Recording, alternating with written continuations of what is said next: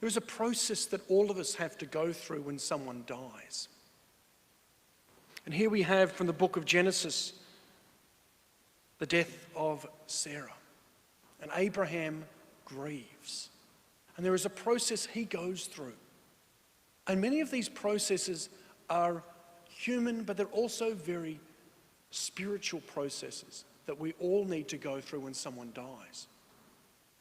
First of all, we're told that Abraham, he mourns the death of his wife. And that's part of the experience for all of us. But we need to move on from that as well. What he then moves to next is then to considering, where will the body be placed?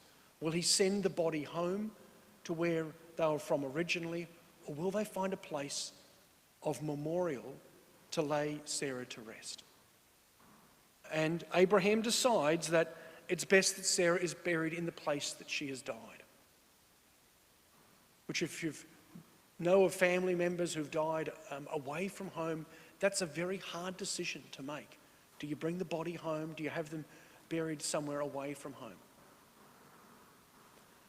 Then Abraham moves on. After having buried his wife, he then starts to think of others and to leave a legacy. He starts to care for the younger generation, for Isaac, and thinks, Isaac's not married yet.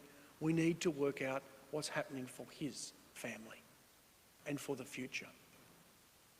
And then the reading moves quite quickly from talking of death to talking about the possible engagements for Abraham's son, Isaac.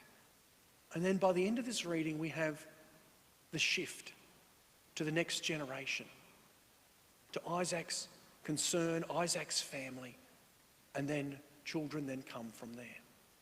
And I think this pattern is a good pattern for all of us to follow. That when someone dies, first of all, we mourn and we grieve.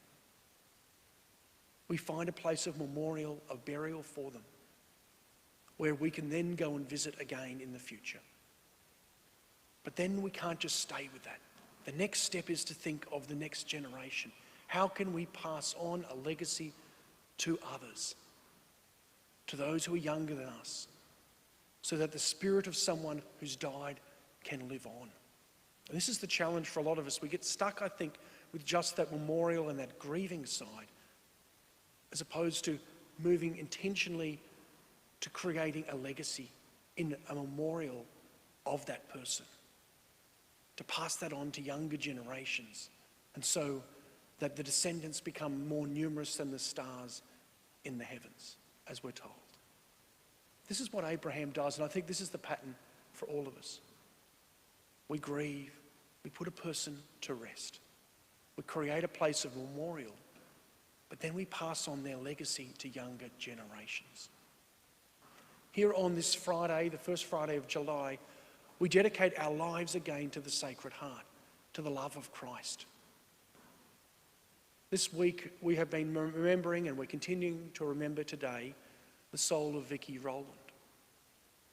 We are still grieving, we are still mourning, but I think we're at the stage almost where we need to start thinking, how will we create more of a permanent legacy to pass on to younger generations? That great spirit that was Vicky, the God that was within her.